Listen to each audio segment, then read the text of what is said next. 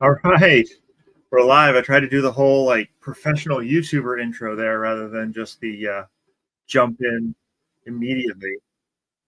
See, we already have some people here, which is good. Um,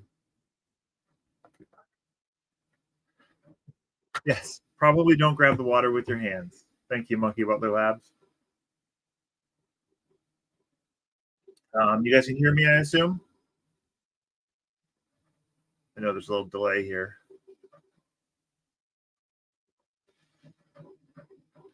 It is weird just talking and hoping that people hear you and everything's going well.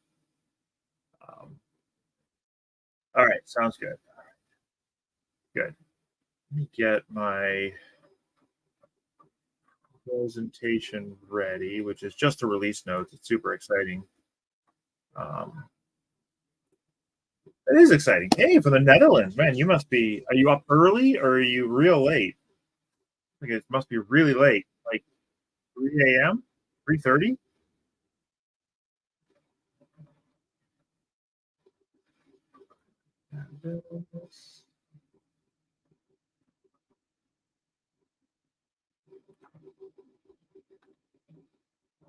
All right, I'm gonna put myself here. There we go.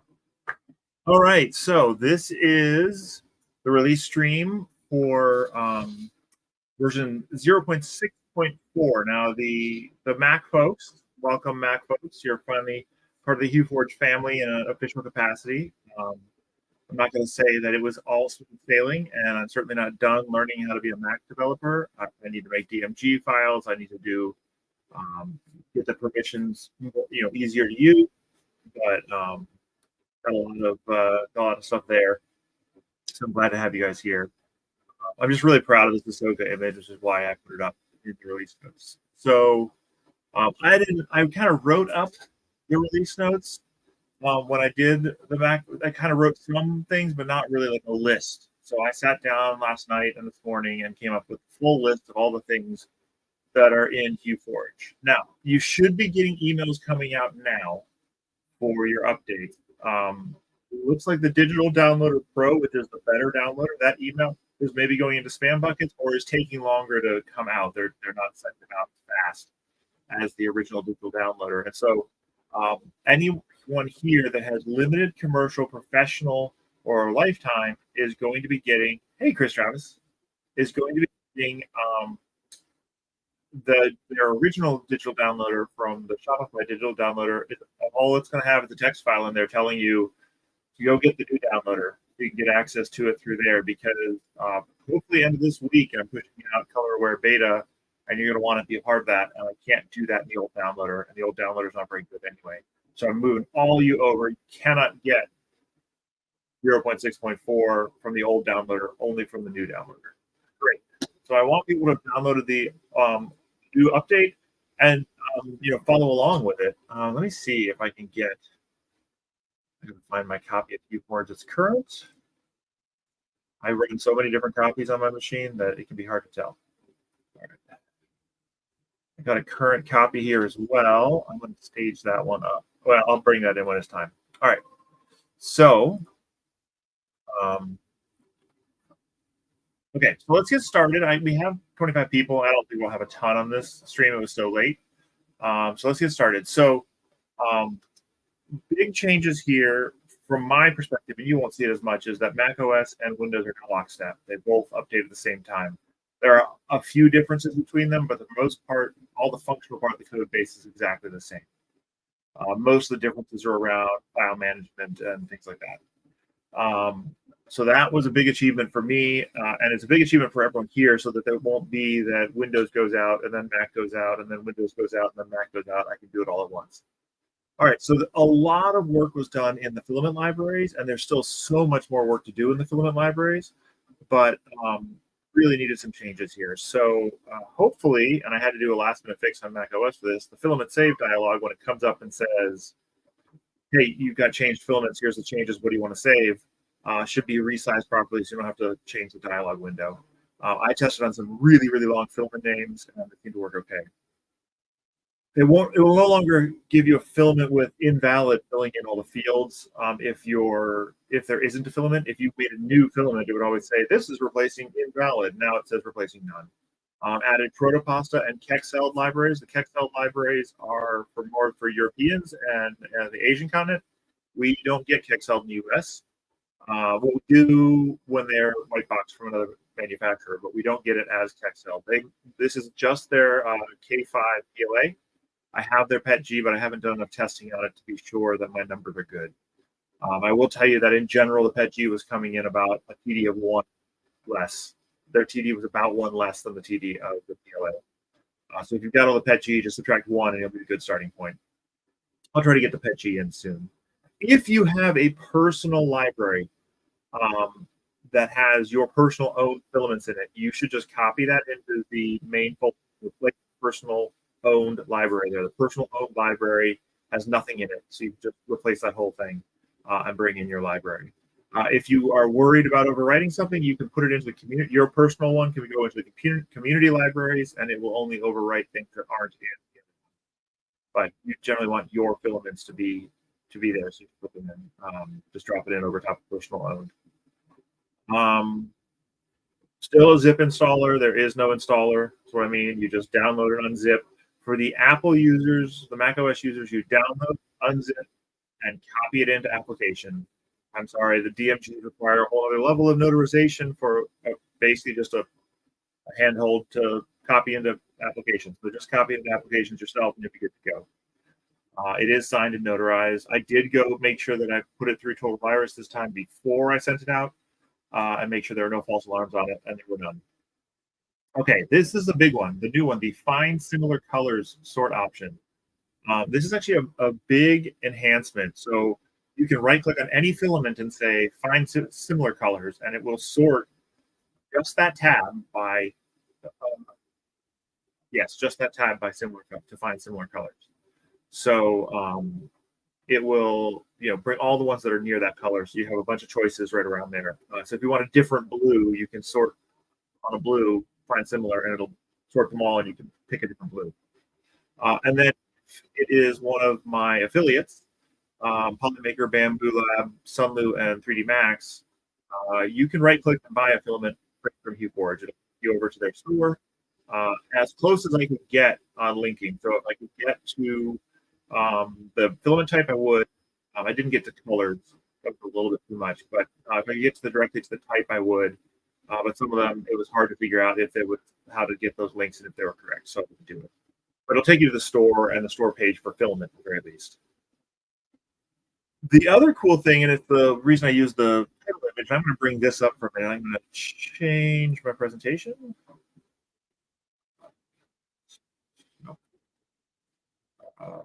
Bring up a different. Let's see. Nope. I'm not very good at this. Can you tell? All right. A window. I think I need to bring that whole screen up to make the window work. So actually, this works better. All right. I'm going to push this over here now. If I bring in an image, and this is something that people have been asking for, and I just haven't. I'm going to bring in a whole. Actually, I'm going to do what I said. I'm going to bring in an image file, image. I'm going to bring in the one that I had. All right, so you can see it's done this since the last build. It pops the color up, but now I can right-click, and it'll bring up a menu with that color as a swatch. So I was over the dark, but I can right-click here and get that blue, and then I can left-click on it, and it will sort all of my tabs to the colors closest to that. All of them got sorted to the nearest blue to that blue. If I did this kind of more pinky red here, I could do the same thing, and it will give me the closest colors in all of my tabs. The color closeness function can definitely be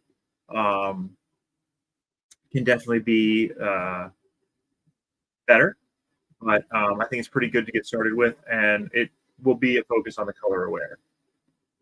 Well, WZ3D, I know you missed the first 10 minutes, but it's okay. It'll go back up on YouTube tomorrow for you to rewatch. It doesn't get deleted, so you keep going. And Fat Boy, if you ever have an issue, still waiting the email. Hopefully you'll get it soon. They are spending some time going out. It looks like the Digital Downloader Pro, which is where the real updates are, is taking some time to get sent out. So I think this is a cool feature that people are going to use, and it seems to work pretty well, and it's pretty fast.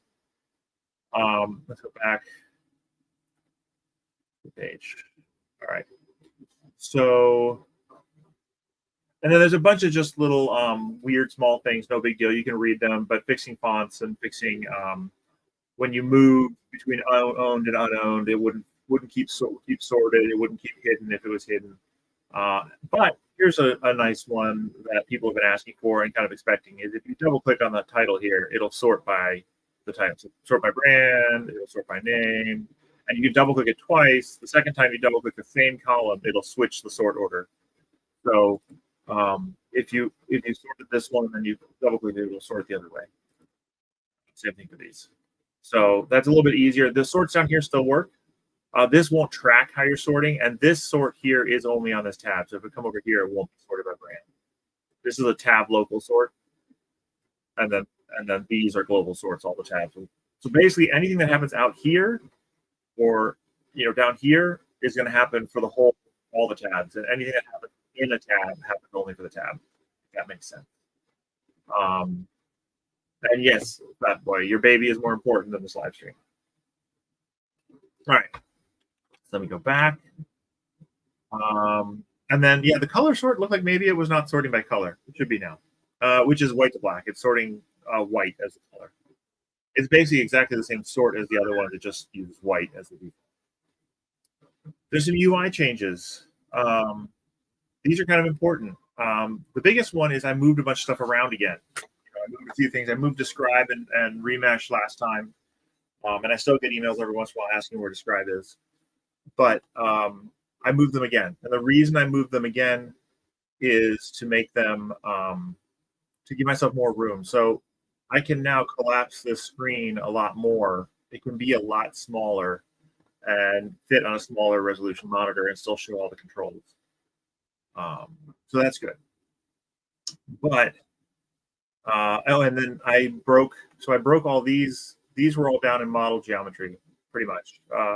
Step height, layer height, and base height were already here, but detail size, width, and then I changed these all to toggle boxes. These I moved into this general options and operations tab because they're more general big picture stuff, and down here is more specific. How is this image going to work as a height map? The overall size doesn't matter that much, except when you're printing it. It does, but the the mesh depth matters a lot. So I moved that there. Let's see. So yeah, so if you're looking for something, it's probably up in this general options and operations tab. Mac OS got this. If you don't have a project loaded, this won't work right now. I have a project loaded, it won't work. But if I close this project, I can add and remove sliders. Now you can only remove non-zero sliders, or only remove sliders that are 0 height. And then the number of sliders you close this window with is the number of sliders you'll have when you start back up. And it will properly resize the minimum. So the minimum size is properly set so it won't squish the sliders.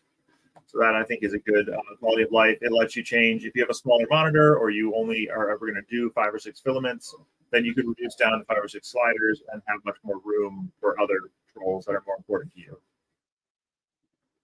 All right.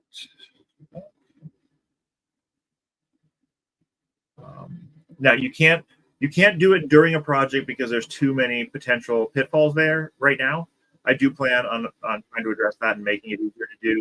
It may be that you can only add during models, but for now, the workaround, if you are in the middle of something and realize you need another slider, work on to save the project, close the project, add your sliders, and then open the project back up again. There's just too many different pieces of code that get touched by the number of sliders, and I was very concerned about problems. Also, you can currently try to load a project that needs more sliders than you have, and it won't tell you that it has. It won't tell you that it has more, that you need more sliders. So it won't tell you that it had. There's no indication. It doesn't crash, but it'll load up and just not have a slider or two sliders on it. So basically, you're going to need to. I'll add some updates with color aware and probably a bug fix in the future that tells you, hey, it needs more sliders. Do you want me to add them before I load it? What do you want me to do? Yeah, Orlando, I just added that. That's added in 6.4. That's added in this release right now.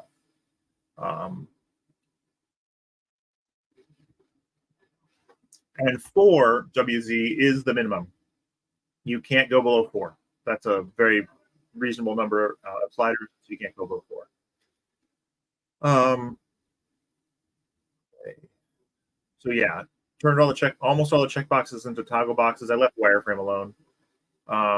Reorganized and updated the help menu. Oh, right. Okay, so the help menu now is easier to understand. Here's the help menu. It now has the affiliate links, tutorials. These go to individual YouTube videos. These are the ones I've done recently, mostly, that are better. And then, standard about U4 version information. How would you get what version built over bot? You get all the versions as updates. The Mac OS version, if you've already paid for UForge, go to 2 devlogs ago. Basically you buy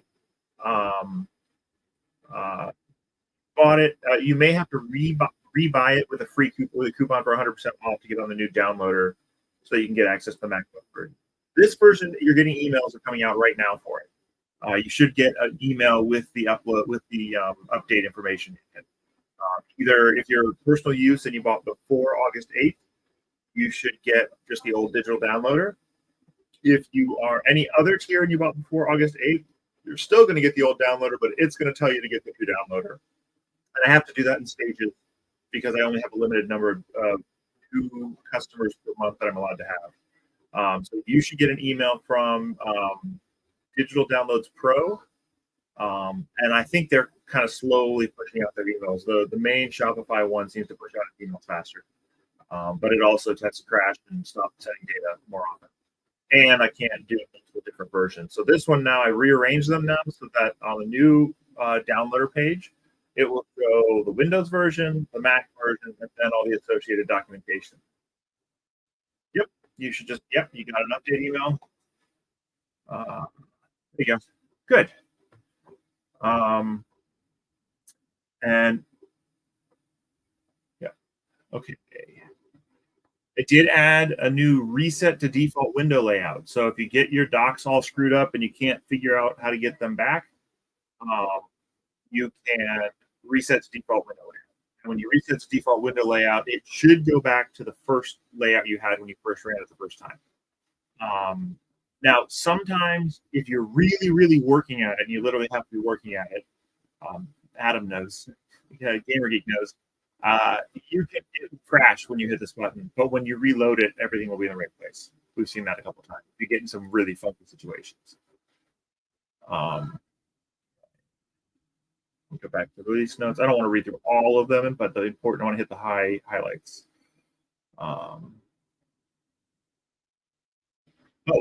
I'm not running on Mac right now, but some people have had issues where they pulled the wrong, they didn't just say grant permission when the first request for permissions came up, and they ended up assigning permissions to the downloads folder or some very specific folder under documents instead of tilde documents, username documents.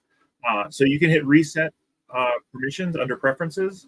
It will bring that dialog up again. You say grant permissions, and it'll replace that other directory that you picked with documents so that you can properly get all of your files saved. And you don't have to save a project, export an STL, and then you can't actually reload the project because the image didn't copy to the right place. The issue, and this is me not being a very good Mac developer. So, oh, good, Build Overbot. I'm glad you got your email. Yeah, so Terry Hughes, you'll get the same email again. I swear I told it don't send emails, but it does. It doesn't want to stop. It's one of the reasons I don't like it.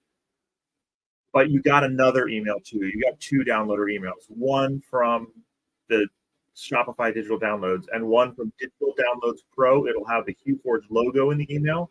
If the email doesn't have the HughForge logo, it's not the email you want. You want the email with the HughForge logo.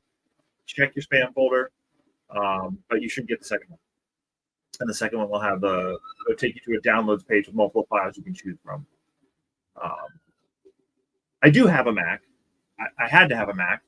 I have a MacBook right here, but I didn't have a Mac until not that long ago, until so. Okay. Mesh generation.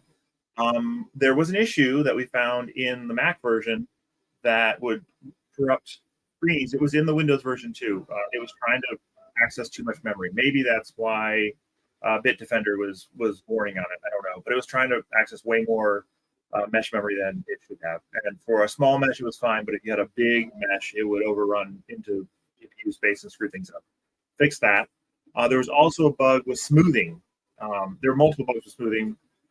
Basically, smoothing would over crush the mesh. It was doing what it wasn't supposed to do. It was bringing the mesh height down more and more and more as you smooth it, and it wasn't supposed to do that. I fixed that, and then actually in the Mac version, there's a bug where it would cause problems if you saved a zero height, a zero smoothing file. You wouldn't be able to reload it. There were all kinds of issues if smoothing was set to zero. So that was a bug I introduced, fixing the other bug. I introduced a new bug in the Mac OS version, so this fixes that bug. That bug only really was an issue if you had smoothing off, and a couple people run smoothing off all the time. So smoothing, by the way, for people who don't know, and a lot of people don't know, smoothing only works on the height, only works on the Z. It doesn't smooth the sides at all. It doesn't smooth any of the features. It only smooths the height, and it's mostly trying to get rid of those little spikes that stick up every once in a while that are just single pixel spikes that you can't really print, and so you don't really want them to show up in your final product. So that fix that. And then this was in the Mac version already, so some of these patches were in the Mac version already.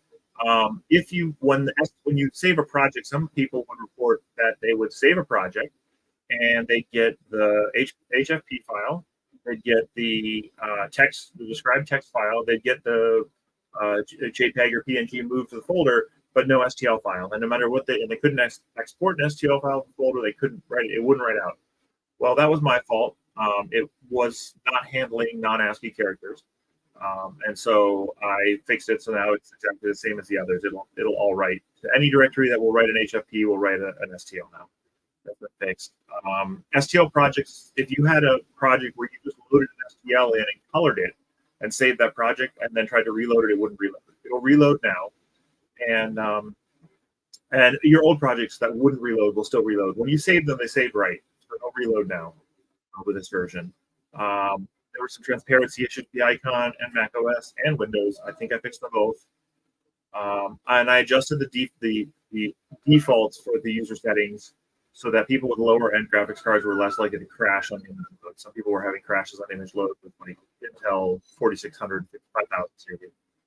And I don't know that I see it here, but you can now, oh, there it is. See, you can now double click on an HFP file.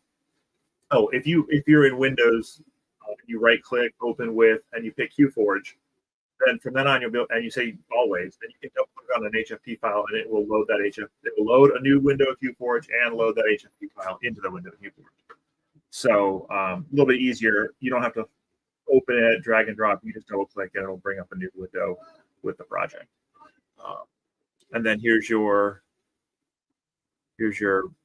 total virus or virus total scan showing that in this case, I think it was 55 scanners came back negative. And I let it run forever. It didn't really update much. Okay, so that is the major new features. Does anyone have questions that I should answer before we move on? Oh, I think I didn't mention it in here anywhere. It's in the Mac version. These the handles on the sliders take on the color of the slider. So even if the slider is all the way at the bottom, you can see what color it is because the handle is now the color. They used to always be blue, and now they're not always blue. Now they are whatever color is on the slider. So I forgot about that. I didn't think that would be that useful, but it turns out it is actually really useful. So thought you guys would want to know that. All right, any other questions before I move on and discuss color aware briefly? I don't plan on spending a ton of time on it. But I think that I'm trying to think if there's anything else in here that's like new or different that I forgot about because it's possible. I use the mouse wheel to slide sliders. The mouse wheel is guaranteed one click at a time. And actually, I highly recommend that you run your sliders with the mouse wheel. You can, if you want to come from here to the middle and then use a slider in between, but the sliders are always one layer, and it makes it much, much easier to get repeatable results. WZ, absolutely. I don't actually think I talk about that in my sliders tutorial, but maybe I do. I should have. But yeah, mouse wheel sliders, match made. Let me open a file. Now, there is a version of Color Aware currently in here.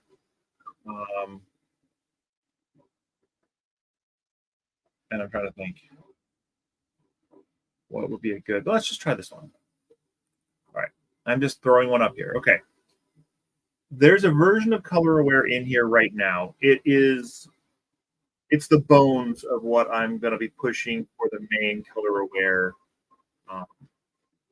push this week. Okay, so the way that the beta is going to work, I'm going to try to get the beta out this week. And the reason I think I can get the beta out this week is it's not going to be as polished as a release. So the way it's going to work is you have to be on the new downloader, because the new downloader lets me put in multiple files, and you can pick and choose from the files you want. So I'm going to have a clearly marked v0.7.0 beta, which is the Color Aware beta.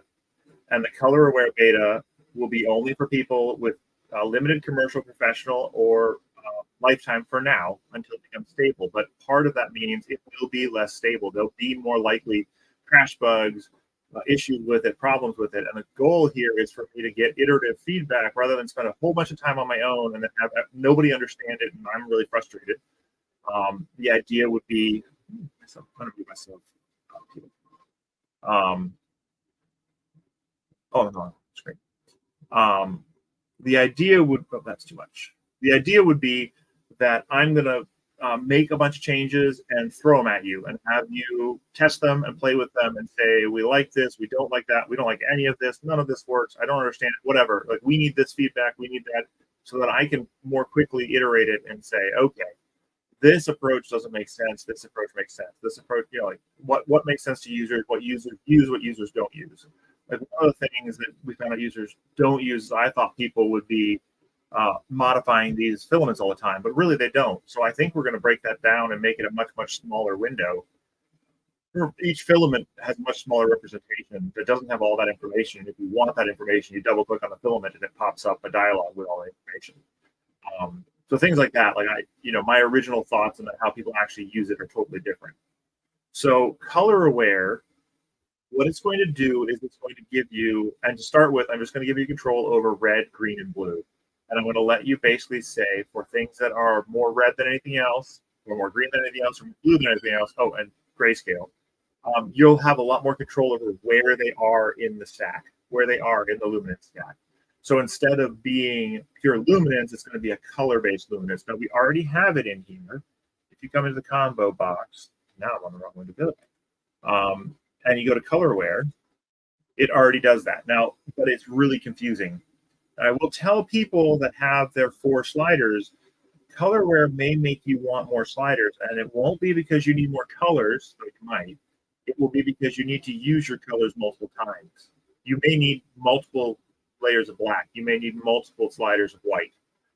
And the reason is because each section is its own color band. So the way that this version works, it's blue at the bottom, black and blue at the bottom, red in the middle, and green on top. And so, like this green here, if I want this green to show up, I need to bring this green all the way up. Where? Okay. Now it makes me a liar. What's going on? That may not actually be green. Hold on. There we go.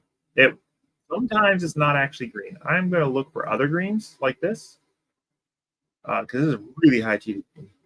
I'll add some more colors. This one's a lower TD. I think that's probably better for what we're doing here. All right. Next, so now we got our green in place. Now the red would need to come up and do his hair, right? And then his face is all yellow here, right? And we don't necessarily want his face to be yellow. And there's this darker green that's also yellow. So the solution there is we actually want to find a black.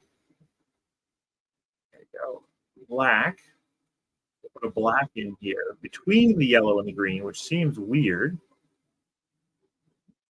Let's bring this yellow down. It's too high. There we go. Yellow's too high. Bring this black down a little bit. There. Now we're shading the green in these top layers with black. We have green. We have white up here, but we still have yellow and red down here that are causing his hair to be orange. And then maybe we want a black here too. Maybe we want a more, so we can use the same color of black. We don't have to use a new black. And then we can say, you know, this, we have this blue down here at the bottom. You don't even need that black really. But if we want shadows there, that could be gray. That is a really low TD or high TD. Let's do that. There.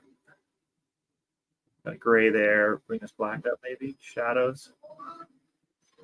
So you see how we have now. Obviously, I can keep playing with this. I can maybe bring the white, a white probably. I need a white here.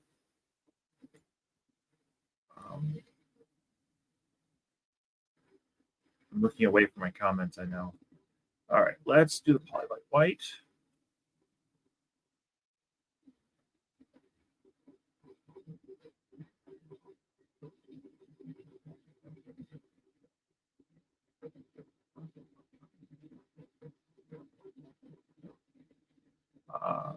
Okay.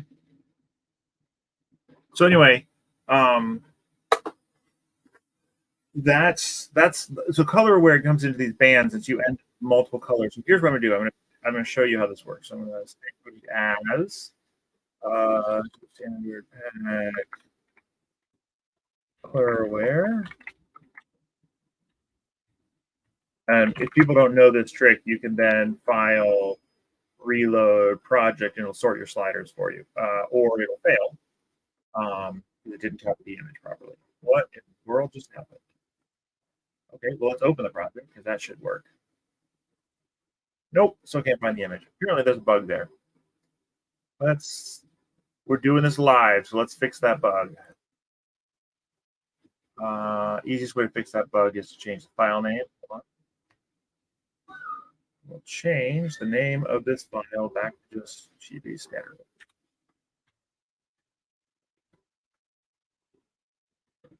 And then try to put in that file again. There you go. Okay. So this is where color aware is now. And a lot of you are saying, "Oh, this is great. Why would we need to change it?" Well, it's good, but it's also bad. It's got serious issues. I will say color aware, you often want a higher max depth. This one does have a high enough max depth for me. But the problem is that it's really crude at how it associates red, green, and blue. And also you can't choose that order. It's a fixed order, and the order doesn't always make sense. So there's a lot of room to improve how the ordering is picked, how the where you put the colors, to be able to change the color order, how big each color range is. And then also one of the questions people ask is when you have black and white and you want like a red element in it, like a red rose, you can't make that work because the red's in between the black and the white, and you get black, pink, black to gray, and then pink, and then or red, and then pink again, and then white. This will allow you to say, hey, anything that's actually black and white within a tolerance, put that at this height, and anything that's red with everything else goes on top of it. So you'd be able to say that as well. Yes, as a developer, they always show. This actually worked a little bit better than I expected, to be honest. So you'll see that there's some big jumps here that aren't in normal keyboard prints. And if I zoom in, you can see that down here, we've got these big adjustments because this it's saying is green and this is gray. So there's a big gap there. Even though we say they're all dim and in a normal keyboard image, this wouldn't have this much of a jump. Well, this is fine as long as I'm picking the colors well. But clearly here, I'm making bad choices as to what my colors are. So it's saying this is a green, but all over here it's a gray. So at certain points it's picking over because images are not anywhere near as flat in color as we think they are. But actually, I'm pretty happy with how this turned out in terms of accuracy to the source image. So CMYK is still not going to be in there. I mean, the color blending is CMYK.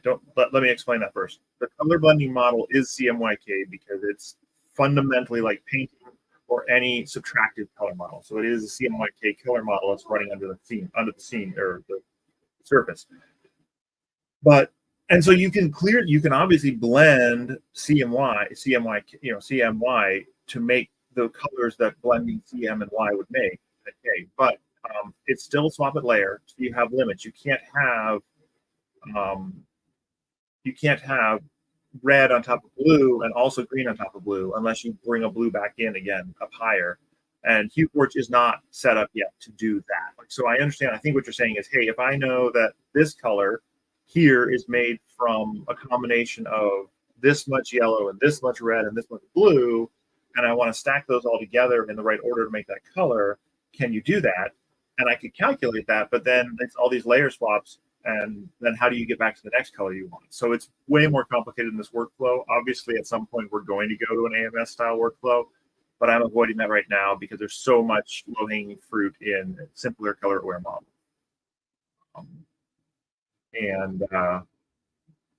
So let's see. So Josh, did I answer your question? Where's black and white on the slider location? There is, okay. So one thing that I will add for color aware is where the color bands are vertically. So I'll probably put a vertical bar here, and I probably will do it for all modes that shows you what the blend is here. So there is no black or white color slider. The sliders are wherever they need to be. And so because the green includes dark greens, medium greens, and light greens, then in the green section, what you really want to see is like, this is the dark green through medium green through light green section and white section. And then you'd be able to say, oh, okay, well, then I would need my black around this level and I'd need my white around this level. So yeah, that you want the vertical bar. Okay, so I do plan on putting that in there. Yeah, you guys have an after party. I will probably come in a little bit later. I'd be happy to come in a little bit later. Thank you, Terry. So again, I'm going to try to iterate fast on color aware. I'm going to do the fail fast method, where I put together some options for you guys to bang on and try, and then you decide what you like and what you don't like, what I should spend time on, what I shouldn't spend time on, to try to get us closer to what we want in the end. Because I think we all want to make as cool of images as we possibly can with HueForge, whether that's by breaking it into pieces and printing them separately, or if one of many other options. Hey, RJ. Well, so Josh, really the guide won't necessarily help you if you're changing things around. One of the things that I'm planning on giving you is control over how tall is the red zone, how tall is the blue zone, how tall is the green zone, where does the black and white run? Does it run just in the bottom? Does it run all the way through? Currently in color where the black and white runs the whole gamut. So there's black to white plus the color bands. Thank you. And yes, I want to big thanks to Major Gamer Geek. He spent a lot of yesterday, today, and the day before in testing. And then Ajax is doing some really cool stuff on TV testing that I think you guys are going to really like. Hopefully make TV testing a lot easier. I got a little nerd snipe on that this week, which is why this release was a little later. But hopefully this is a really good functional release. There aren't a lot of really huge new features. Oh, I missed one feature. I think I remember to tell you that you can, if it's Bamboo Labs, Filmmaker, Sunlu, or 3D Max, you can right-click on it and buy the filament. I told you that, but I didn't show you. You right-click on the filament over here in the filament library, and you can choose buy filament. And for Polymaker, they're really great. I can direct link straight to there. So if I click on this, I don't think it's going to load over here. If I click on this, it'll take me straight to the Polylite PLA Pro page. Oops. Yeah. They'll take me straight to the pro page. So you don't even have to go searching. So that's, I think, kind of cool. And of course, if you buy through there, it helps me out. It helps keep funding ViewForge without you having to pay for anything. Not for your wallet. Yeah. They are paying me affiliate. So those are all affiliate links. The nice thing is, I feel like these are the best kind of affiliate links because you're in an application, you're like, I want that color, I don't have it. Like you search for a color, you're like, oh, I want this exact shade of skin tone. Let's find it. Is it in my library anyway? That is one thing I should probably fix. I should probably run back to the top and go that. Oh, it looks like the Polylite cream or the Bamboo Lab beige is really, really close. Let me get that one. That should work. And you can try it. You can say, well, is it what I want? Let me put it in here. Maybe even replace the yellow here and see if I like that, and does it make my skin tone better? Does it make my image better? And then you can play around with it. So yeah, I cannot make filament companies sell. I will tell you that Polymaker is definitely working towards Europe. I'm very vocal about that. That's not secret information. He's trying to work towards Europe. Hey, Ajax, we were just talking about you. You must have heard. So in any case, I think it's a cool functionality because it's actually useful to you, the user, and not just nice for me. Oh, and you shouldn't do this, but this channel is, you can super chat and super sticker live streams, but you should, you don't need to do that. But that is active here too. Okay. I think that's it. I have a couple of new. I have a couple of things I got to do here, and then I will jump into the after party, which is normally just a banging time with some adult in Discord. If you don't have a Discord link and you own ViewForge, hit me up in the store chat. Is by far the easiest place for me to do it. And managing various filaments types. I printed hydras, and it makes it a lot easier for me. But that's and then also I have like 4 major types in quantity. I have a lot of bamboo. I have a lot of Excelled. I have a lot of Polymaker, and I have a little bit of Prusament. So. And actually, Prusament was the worst. Oh, I have some 3D Max. Okay, I am gonna call it for here. I don't think there's anything else critical to talk about here. You can ask me more questions in the live stream when I hop on. I'll probably be about 15 or 20 minutes, and hope to see you guys there. And enjoy and show me what you make. Yeah, my wall of filament. That's only about half my wall of filament. It keeps going. And I need more shells. I've ordered more shells. So, all right. And it does help. You can make all kinds of cool stuff if you have every color under the sun with multiple TVs. All right, guys. Up for the night.